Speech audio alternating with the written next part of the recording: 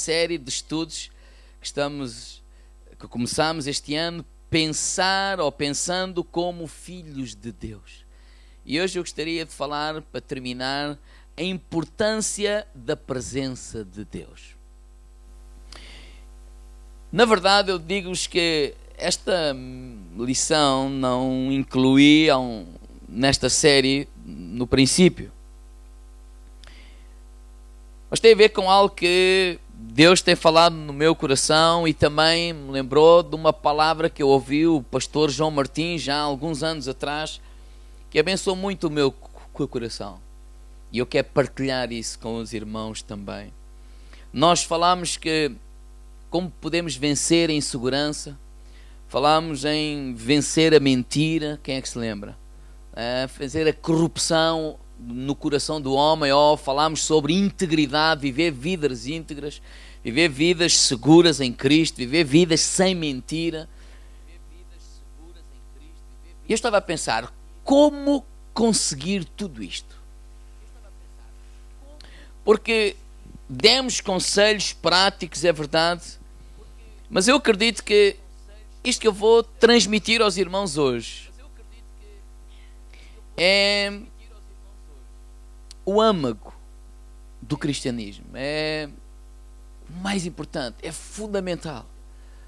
Se nós quisermos fazer o que falámos as semanas que passaram, sem isto que eu vou falar hoje com os irmãos, vai ser uma impossibilidade.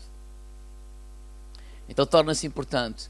Não é um estudo, é apenas um encorajamento. Se calhar não é nada de novo, mas lembrar alguma coisa que pode transformar as nossas vidas. Vocês querem ouvir? Vamos orar. Pai, te dou graças, Senhor, e que dirige-me neste tempo e que o teu Espírito Santo fala a cada vida nesta manhã, Senhor. Que todos os irmãos que estão aqui neste auditório e todas as pessoas que estão lá nas suas casas possam ser tocadas por ti, Senhor, em nome de Jesus. Marcos capítulo 12, versículo 28. Os versículos desta série têm sido Romanos 12, 2, não vos conformeis com este mundo, mas transformais pela renovação do vosso entendimento, e tem sido 2 Coríntios 10, 3, destruindo os conselhos e altivez que se levanta contra o conhecimento de Deus e levando cativo o nosso entendimento à obediência de Cristo. E hoje eu gostaria de falar um bocadinho sobre a importância da presença de Deus nas nossas vidas. Marcos capítulo 12, verso 28.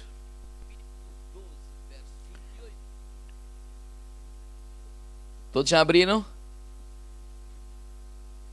Pelo silêncio ainda não. Sim ou não? Vocês têm o versículo aí? Não. Um dia desses eles vão pôr uma televisão também para aqui. Para as letras faz falta. Que eu não conheço. Diz assim, verso 28, Marcos 12. Aproximou-se dele um dos escribas que o tinha ouvido disputar e sabendo que lhes tinha respondido bem, respondeu-lhe: qual é o primeiro de todos os mandamentos? E Jesus respondeu-lhe: o primeiro de todos os mandamentos é: ouve, Israel, o Senhor nosso Deus é único Senhor. Amarás, pois, ao Senhor teu Deus de todo o teu entendimento, de toda a tua alma, de todo o teu de todo o teu coração, de toda a tua alma, de todo o teu entendimento, de todas as tuas forças. Este é o primeiro mandamento. E o segundo, semelhante a este, é: amarás o teu próximo como a ti mesmo.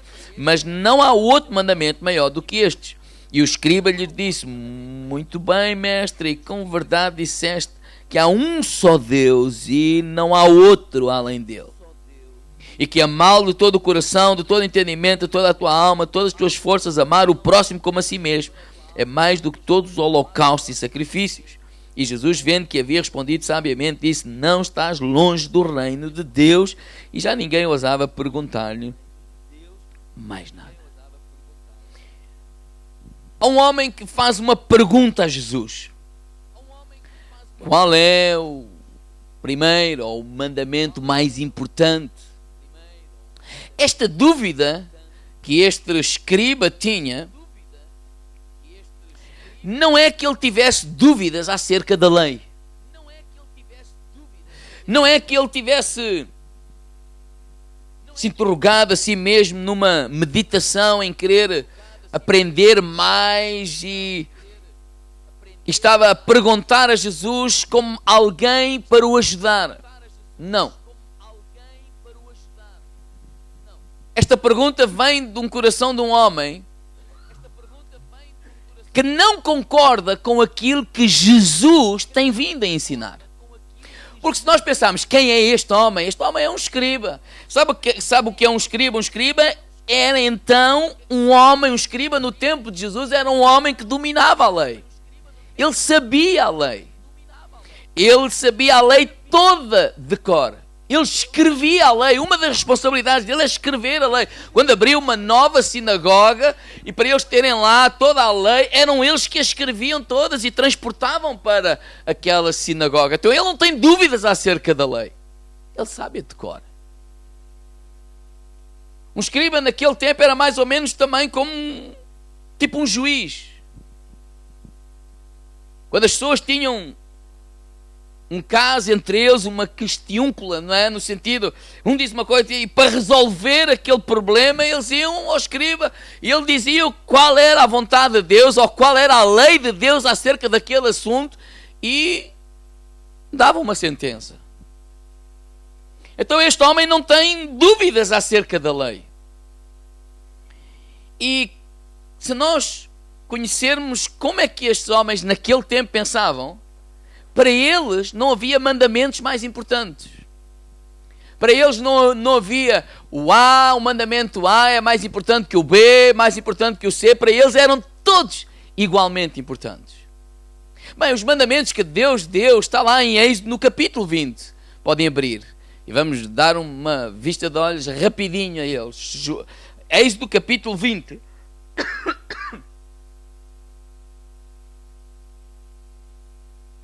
Então, ele é conhecedor da lei,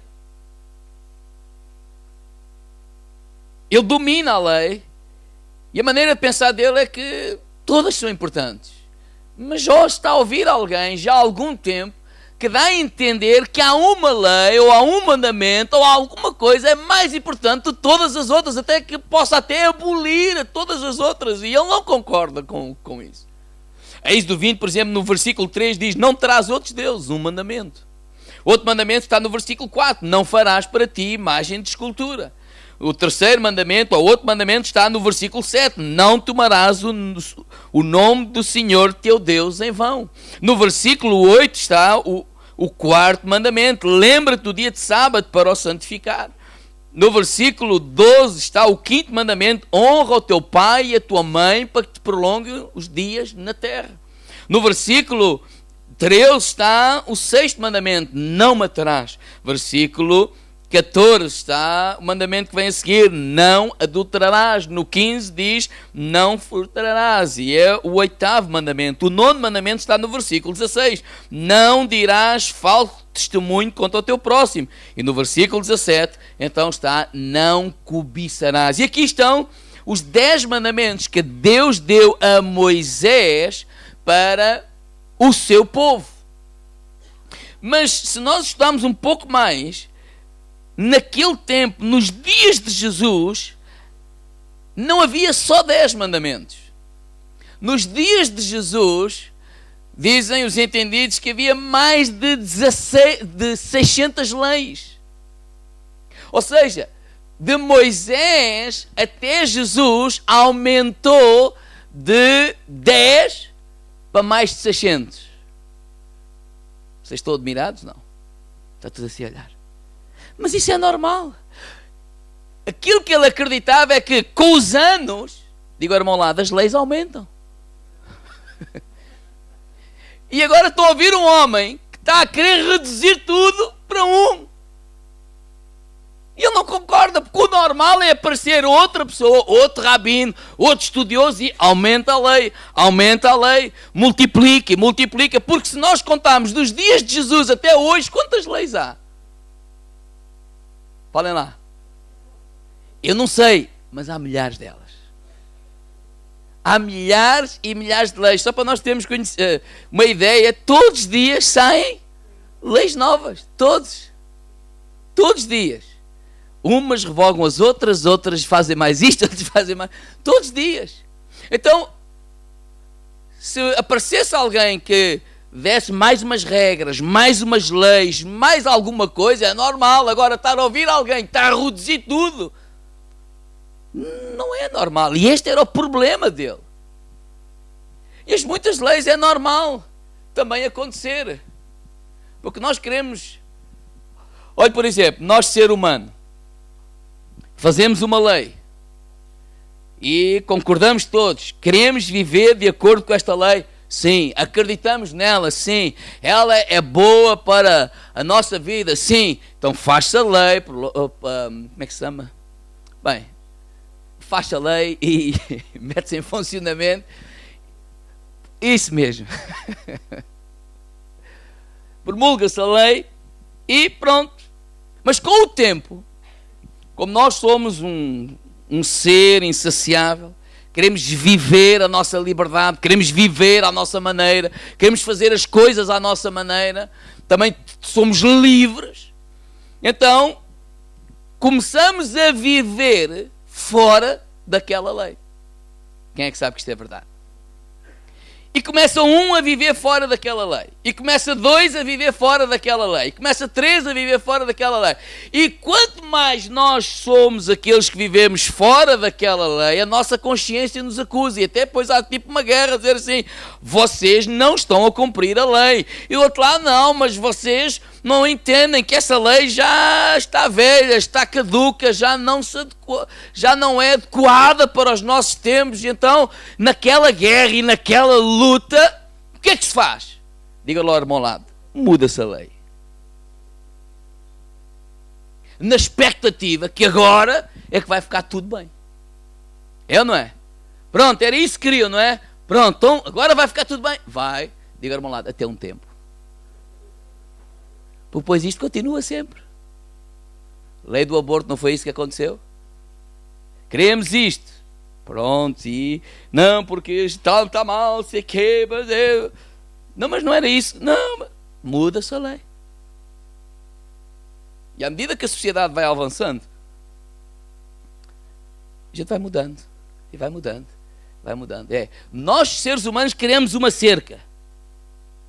Mas depois pulamos a cerca. E vamos viver à nossa maneira. Vamos viver à nossa maneira.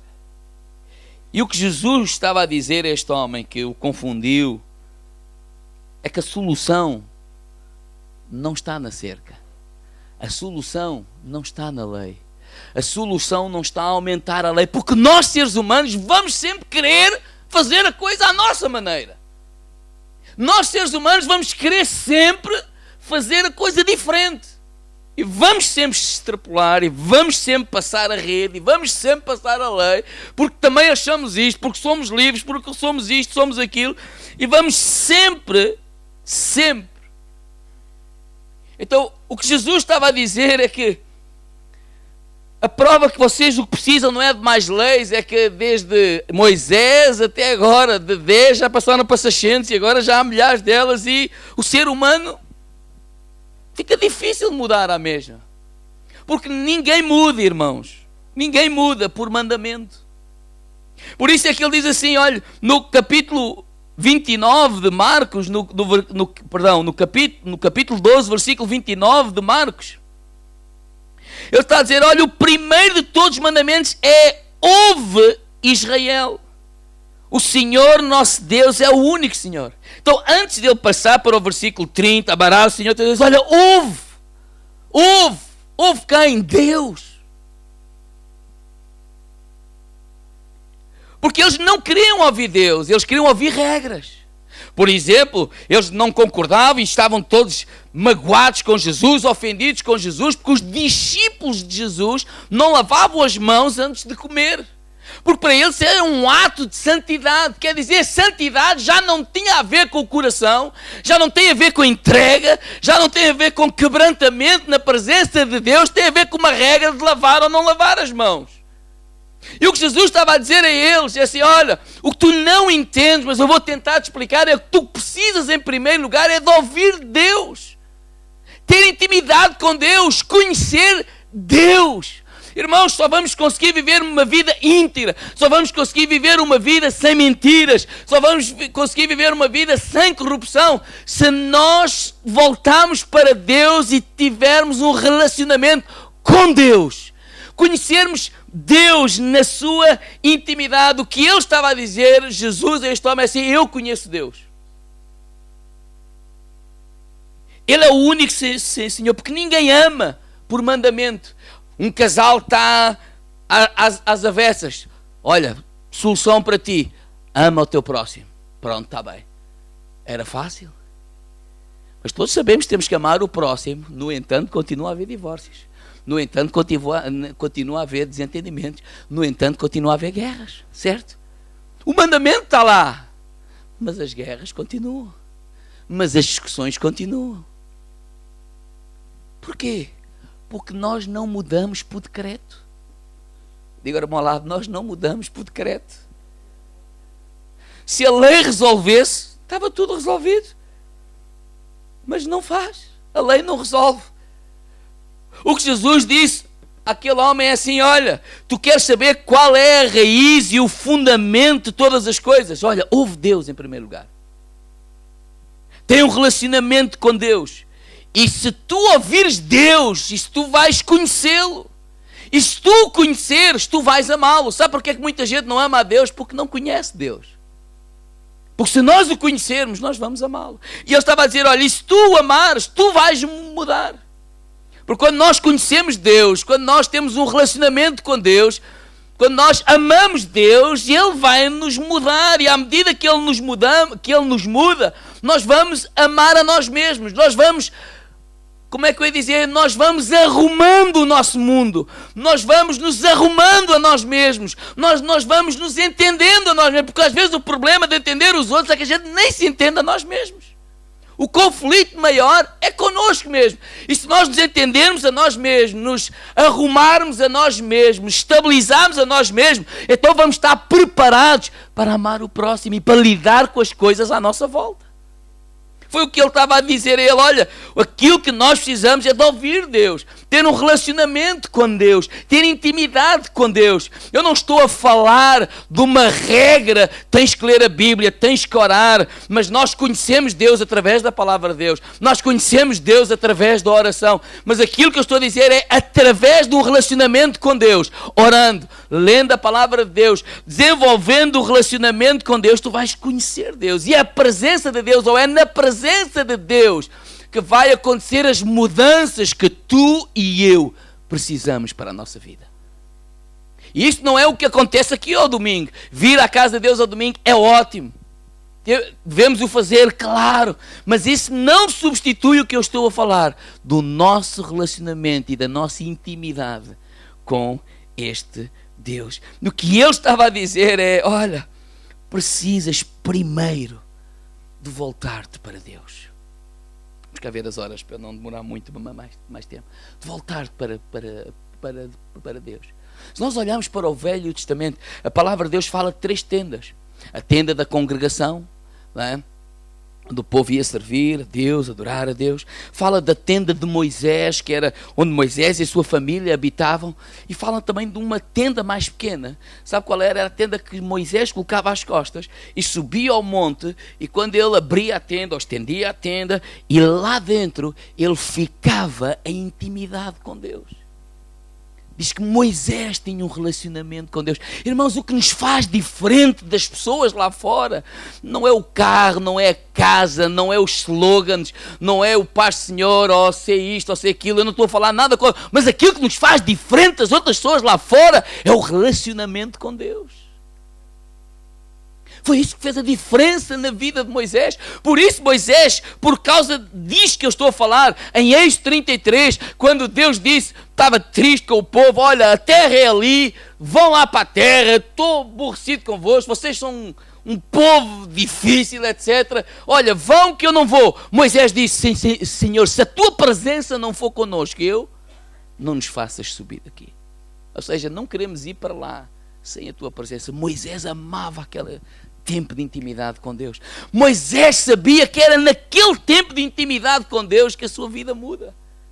Moisés sabia que ele mudou, foi nesse tempo de intimidade com Deus. Um dos exemplos rapidinhos é quando lhe subiu ao coração libertar o povo. O que é que ele fez? Subiu ao coração, ai, tenho uma vontade de libertar o povo. Ele descobriu a sua verdadeira família, a sua verdadeira identidade, e ele não, o que é que ele faz? Não vai de modas.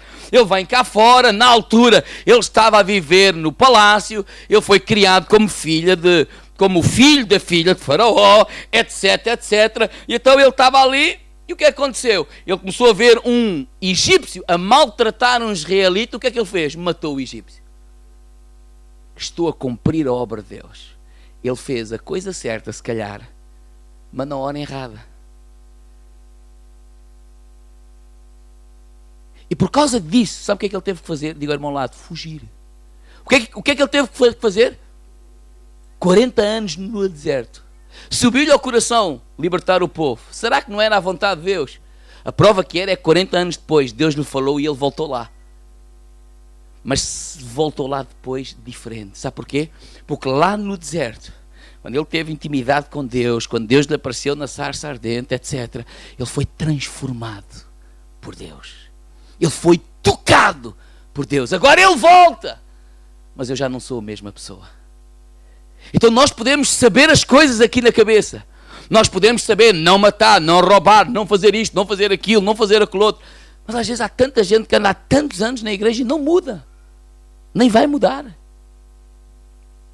Porque não se muda por decreto. Não se muda porque o pastor orou por ele. Não se muda porque ele vai, desculpa a expressão, papar cultos. Não se muda porque ele vai todos os domingos ao culto. Não, muda-se na presença de Deus. Muda-se dobrando o joelho, a clamar a Deus. Deus, toca na minha vida. Mas parece que nós temos medo da presença de Deus. Este povo tinha. E de certa forma, porquê? Porque, por exemplo, quando Moisés estava lá naquela monte, em sua intimidade com Deus, era uma coisa interessante. De repente diz que o monte tremia. Puxa, são fenómenos que aconteceram. Claro, a malta tinha medo. Diz que de repente saía fogo lá de cima e eles, que é isto? Terremotos? Não, eles tinham medo. Mas Moisés amava aquela presença. Moisés não desperdiçava ou não trocava nada por aquele tempo de intimidade com Deus. E quando ele vem ter com o povo, ele fala isso com o povo. Diz, olha, Deus quer que cada um de vocês possa ir comigo. Deus quer que nós tenhamos comunhão com Ele. Vocês precisam conhecer Deus. É maravilhoso Deus. Se vocês conhecerem Deus, vocês vão amá-lo. Deus é tudo o que nós necessitamos. Ouve, Ele é o único Deus. Ele é o Senhor das nossas vidas. E sabe o que é que o povo disse a eles? Vocês podem ler em Êxodo capítulo 20. O povo voltou-se para Moisés e disse assim, vai lá tu. Diga ao irmão lá, vai lá tu. Ouve tu. Diga. Sim, vai tu. Ouve tu. E depois diz-nos tu. Claro, desse tempo para agora já houve um upgrade. Vá lá o pastor, ouça o pastor, depois diga, porque também é pago para isso. Isso é o upgrade que houve até agora. Isso é o trabalho do pastor. Esse é o problema. Sabe o que é que nós estamos a dizer? Nós estamos a substituir a comunhão com Deus pelas leis. Olha, o que nós queremos é uma lei que nos ajude a viver sem mentira. O que nós queremos é uma lei que nos ajude a viver sem roubar. O que nós queremos é uma lei que nos ajude. Mas o que Jesus estava a dizer é assim, ninguém vai deixar de fazer nenhuma dessas coisas por decreto, por lei. Mas se nós tivermos um encontro com Deus, se tivermos um encontro com Deus, as nossas vidas serão mudadas. Se tivermos um encontro com Deus, a tua vida nunca mais será a mesma. Mas precisamos ir aos pés de Jesus. Diga ao irmão lá, diariamente. Precisamos conhecer Deus, não conhecer o Deus que o pastor fala. É conhecer sobre Deus, é diferente de conhecer Deus. Eu posso conhecer sobre o Cristiano Ronaldo, como? Lendo revistas. Comprando tudo o que fala dele, eu vou acabar por conhecer, saber sobre ele. Mas não nada dele. Sabe porquê? Porque não tenho minimamente intimidade com ele. Eu não sei como é que ele é. Não, mas na revista diz. Sim, mas eu não sei. Não conheço nada. Porque eu não tenho intimidade com ele. E nós podemos andar muitos anos na igreja a conhecer sobre Deus, mas a não conhecer Deus. E o que Jesus estava a dizer a este homem: é por isso que vocês andam a tentar governar o povo por decretos. E mesma coisa na igreja hoje, queremos fazer o mesmo. Olha, queremos te ajudar a viver uma vida santa. Não faz isto, não faz aquilo, não faz aquilo outro. E ele vai andar tipo ali numa tala. Eu não posso fazer isto, eu não posso fazer aquilo, eu não posso. Mas como aquilo não é genuíno, não é cá dentro, quando ele olha para o lado de cima, já está. Carne é fraca, pastor. A gente não muda por decreto. A gente muda, digo ao meu lado, na presença de Deus. Na presença de Deus. Na presença de Deus. Ouvindo Deus, falando com Deus, tendo intimidade com Deus. Vamos cá ver as horas. Lucas 10. Não abram, que eu estou ali a ver as horas, eu tenho que ser mais rápido. Lucas 10, versículo 38 a 41, fala de uma história de Marta e Maria. Marta e Maria, Jesus foi à casa delas. E quando Jesus foi à casa delas, Marta estava toda atarefada, e é normal. Há coisas para fazer, há coisas para preparar, há coisas para fazer tudo. Precisamos fazer isto, precisamos fazer aquilo, precisamos fazer aquilo outro. E Jesus já lá estava, e ela continuava atarefada, a olhar para um lado, para o outro, e a correr. E está ali Maria sentada aos pés de Jesus e disse: não, eu quero ouvir este homem. E a Marta para e disse, até tipo mal disposta: Senhor, mestre, Jesus, diz à minha irmã para me ajudar. Que é isso? Está aqui sem fazer nada, tanta coisa para fazer. E Jesus olha para ela com amor, como ele faz sempre, e diz: oh Marta, Marta, diga lá, irmão, ao lado: Marta, Marta. Mas não é Marta, não, com carinho, disse: Marta, Marta. Como você sabe qual é o caminho, está a dizer: olha, esse não é o caminho. Tu andas atarefada e afadigada com muitas coisas, mas a tua irmã escolheu a melhor parte. Quantas vezes fazemos esta figura de Marta? Até nós que trabalhamos assim na igreja, temos esta responsabilidade. Sabe porque é que nós queremos chegar ao dia em que vocês possam, principalmente aqueles que servem, ter esta responsabilidade de tocar, e o outro fazer isto, o outro fazer aquilo, ter um domingo e outro em que não tem responsabilidade de fazer nada, para que nós consigamos vencer o vício de estar a fazer alguma coisa e consigamos estar na casa de Deus. Estou aqui para Deus, estou aqui por causa de ti. Porque às vezes andamos tanto tarifados e temos que fazer isto, temos que fazer aquilo, temos que fazer aquilo. E é verdade, há coisas que precisam ser feitas para que o culto ande para a frente. Mas corremos o risco desta Marta, de andar afadigado, e depois acontece isto, e depois tudo nos irrita, e depois tudo nos chateia, e depois a gente explode. Sabes porquê? Isso é o indicador quando o nosso carro está sem gasolina, sem gasóleo. Estamos a tentar fazer as mesmas coisas, mas na nossa força, e já tudo nos irrita, e tudo nos chateia, e tudo nos... Sabe o que é que nós precisamos de fazer? E agora, vamos lá, parar e voltar a nos encher. Obrigado pelo vosso entusiasmo. Mas precisamos de parar. Precisamos não ter medo da presença de Deus. Elias estava farto, Elias estava cansado. Ele, depois lá de enfrentar os 400 profetas de Balaal, foge de Jezabel, entra para um deserto adentro, e ele quer morrer, ele quer desistir. Diz: Deus, já basta, não quer fazer mais nada, acabou a minha vida. E a gente às vezes passa por isso como Elias. Estamos cansados, já tenho trabalho para me chatear, não preciso da igreja para isso. Claro, isto aqui nunca acontece. É a pessoa para onde eu tenho andado. Para mim acabou. Mas lá no deserto, quando ele entra numa caverna, e lá Deus lhe fala, a primeira coisa que Deus faz é nos restaurar. nos fortalecer. E a gente entra a dizer, acabou! E sai de lá a dizer, pronto, Senhor, não se faça a minha vontade, mas a tua vontade. Se calhar esta é a razão porque nós temos medo de lá ir. A gente entra lá, Senhor, eu tenho razão, não lhe falo mais, porque eu é que tenho razão. E a gente sai de lá, pronto, Senhor, eu perdoo.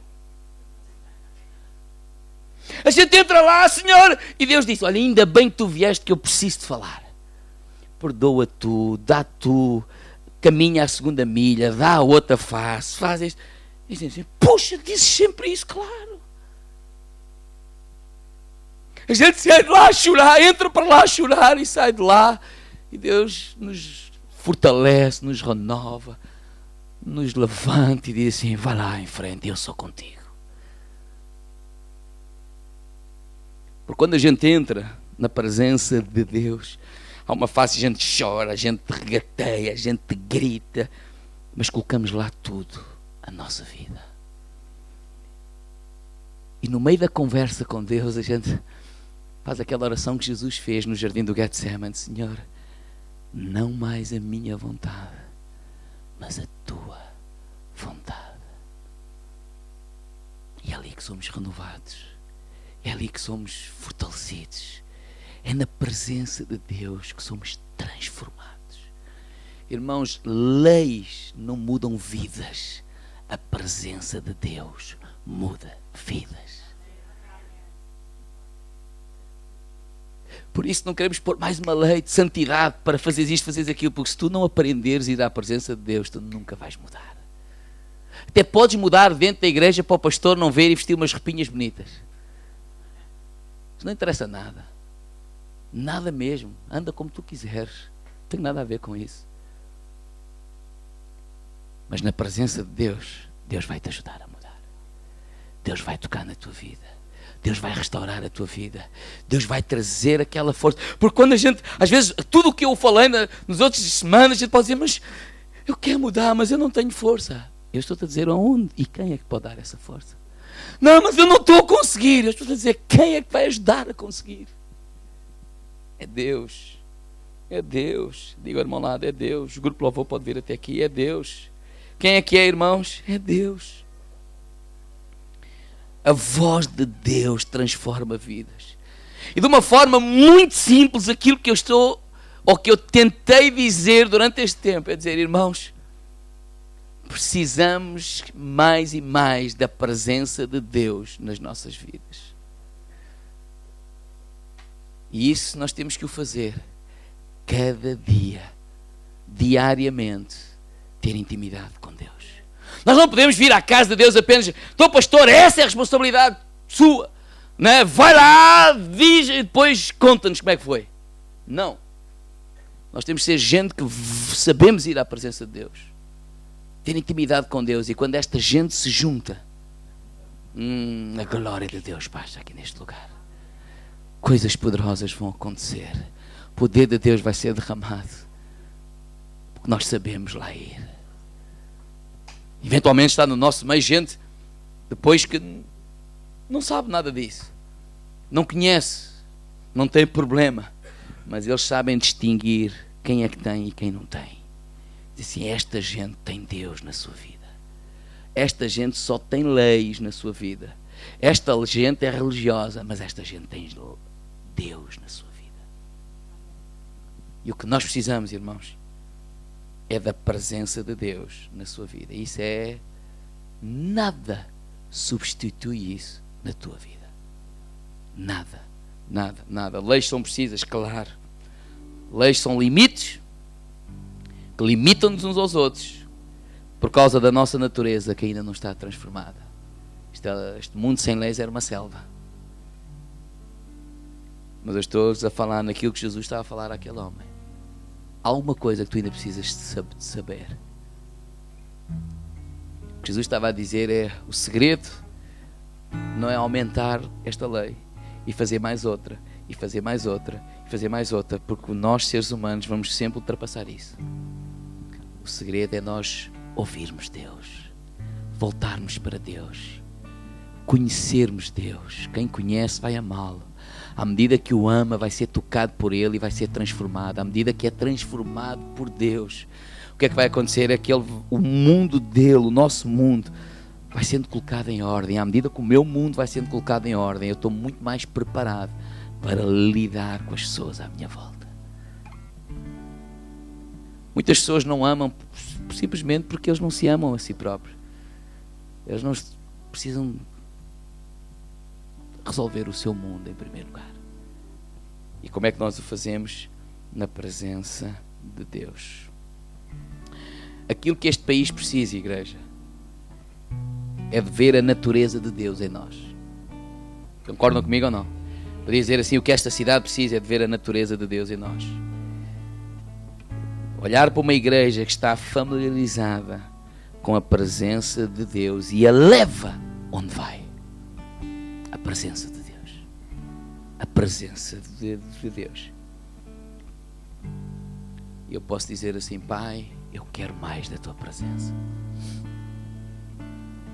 Irmãos, podemos fazer 1001 coisa para evangelizar. Podemos ser as pessoas mais criativas deste mundo. Mas este mundo não tem falta de criatividade. A única coisa que podemos mesmo fazer a diferença é transportar a presença de Deus. Em que naquilo que fazemos, as pessoas dizem assim, eu não sei, isto parece-me igual a todos os outros que eu já ouvi, mas há qualquer coisa que estes rapazes têm que eu não vejo nos outros. Há qualquer coisa que esta música transmitiu que eu não senti nas outras.